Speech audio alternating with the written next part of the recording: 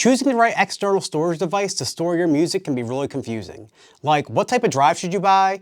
What type of connection should you get? And does that really matter in the long run? The answer to that question is yes, and today on DJ Tech Tips, we're going to go all over external storage, and I'm going to recommend the type of drives you should be using if you're using external storage at your events. When it comes to external storage, it's super easy to get lost in the sauce, but I'm going to give you 3 factors to help you decide on buying a hard drive. So the first one is budget. The second thing is know what inputs you have on your computer. And the third thing is performance. What do you need it for? So our first point is budget. And when I say budget, I mean how much money are you willing to spend on external storage? Also keep in mind that I highly recommend if you buy an external storage device that you buy another one. So when you're budgeting for external storage, budget for 2 because you always want to back up, especially if you're using it to play out. Now, if you're just using it to back your music up and keep it at home just so you have a nice safe space for your music, you know, one will do the trick. But even then, do you really want to just rely on a hard drive? I wouldn't, especially if my music collection is on it, because music is expensive and we curate over years. So I would always recommend buying 2. So when you're budgeting for an external hard drive, make sure that you budget for at least 2 of them. The next thing is inputs. You should know what type of inputs you have on your laptop. And the same thing goes for your external drive. So if you have a laptop that uses USB 3.2 Generation 2, you're gonna want an external hard drive that supports USB 3.2 Generation 2 because you're gonna get the best performance. It's gonna be the fastest speed going through the best connection.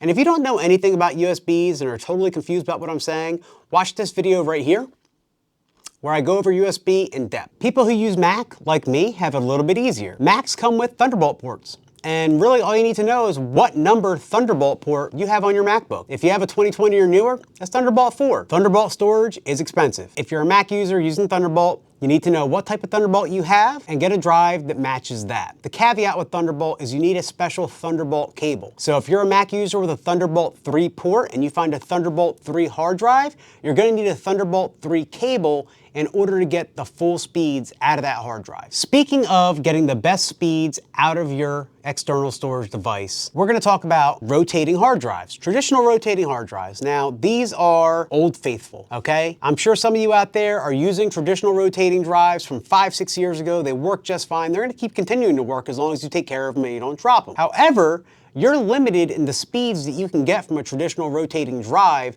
to 160 megabits per second, as opposed to a solid state drive like this one. It's an NVMe solid state drive where you can get speeds from 1 gigabyte per second to 6 gigabytes per second.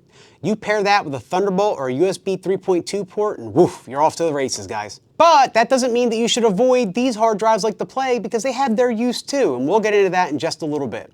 But for now, I want to talk about solid state drives. And when I said I'd recommend a drive for you guys, I wasn't going to pick one and give you an Amazon link. I was just going to guide you to what you should get. And what you should be looking at least a solid state drive. This one's an NVMe solid state drive, which is the fastest type of solid state you can get. Solid states are also available in SATA. SATA solid state drives can only run about 500 megabytes per second as opposed to an NVMe where you can get at least 1 gigabyte to 6 gigs depending on the type of drive that's in your external storage. Now manufacturers will put those specs on the sheet when you go to look at it online. It'll say 2000 megabits per second, 1500 megabits per second. That's essentially 2 gigabytes per second and 1.5 gigabytes per second respectively. Now Thunderbolt drives aren't all sunshine and rainbows, okay? They have a thing called cycles and it can only cycle so many times before the drive is now rendered useless. And it gets really deep with how many cycles you can get. It depends on the build of the solid state drive. If it's a NAND solid state drive, you'll get about 10,000 cycles. If it's a 3D NAND solid state drive, you'll get about 35,000 cycles. Now for me, that doesn't worry me because I replace my external storage at least every 2 years. So as long as I can get 2 years out of this bad boy, I'm happy and I got my money's worth.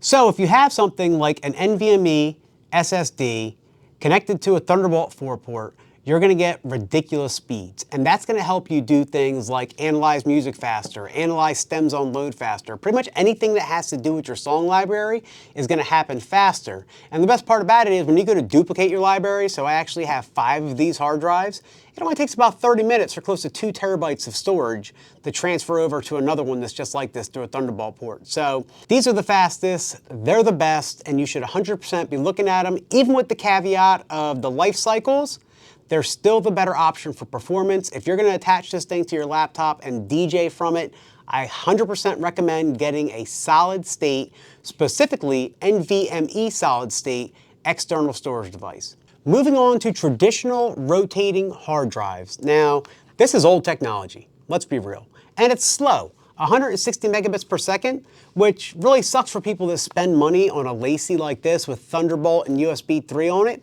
because at the end of the day, you're bottlenecked by the 160 megabits per second transfer speed from the hard drive, right? So it doesn't matter what kind of connectors you have on this. It's completely irrelevant because it's going to be as slow as 160 megabits per second because that's all it can literally do. And that's if you get a 7200 RPM drive. There are some external hard drives that are traditional rotating disks that are 5400 RPM, and I believe the write speed on that, the read and write speed, is 80 megabits per second. They're even slower. So knowing the type of hard drive that's in a traditional rotating external drive is important too, just like knowing what type of drive is in an SSD. It matters. If it's 5400 RPM, it's gonna be dog slow. If it's 7200 RPM, it's gonna be slow. That doesn't mean that these are completely useless, okay? When I say playing out with your hard drive, you know, I would recommend a solid state drive. You want the fastest for your performance because you don't want your performance to lack because of your external hard drive. But let's just say you're one of those users that keeps their music on their laptop, right? All your music's in your music folder on your laptop, Serato reads from your music folder, everything's well. You're just looking to back up your music. And for that, I would not recommend spending $300 or $400 on an external SSD.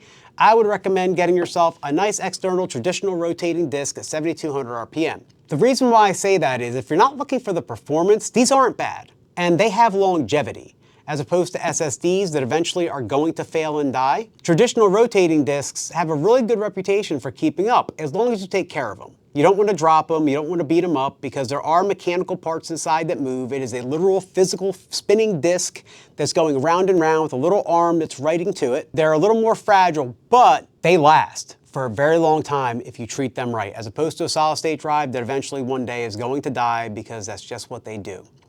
The other benefit is maybe you're one of these types of people that only puts certain music on your laptop, but you have a large music library and you want to keep it all. For that, traditional rotating disks are perfect because traditional rotating disks come in larger capacities. Solid state disks, I believe, are up to 8 terabyte. If you spend thousands and thousands of dollars, you can probably get more. But you can get a traditional rotating external drive a lot cheaper than an SSD with a higher capacity. These two are equal, they're both 4 terabytes. But if you wanted to look into the realm of desktop hard drives, then you can get something like this. This is 8 terabytes. Let's recap. Okay, so we know the fastest hard drive you can get is an NVMe solid state drive. We know that the slowest hard drive you can get is a traditional rotating disk. We know that if we're connecting this hard drive to our computer to play from while we're out in an event, we want a solid state drive. Solid state drives are the only way to go. However, if you're just storing your music, you want to back up your solid state, or you have a large music library, then a traditional rotating disk is going to be awesome for you. Like I said earlier in the video, there's a time and a place for everything, but just keep in mind the 3 things: budget, inputs, performance. How much money are you willing to spend for 2 of them? What types of inputs are you connecting it to? And are you going to play out with this hard drive, or is it just for music storage at your house? If you made it to the end of this video, I'd like to say thank you. If you found anything useful, I'd like to ask that you like and subscribe to the channel. I've got a whole bunch of videos explaining all about the technology that we use as DJs, with a lot more coming down the pipeline in the future. So, like, subscribe, thank you for watching, and we out.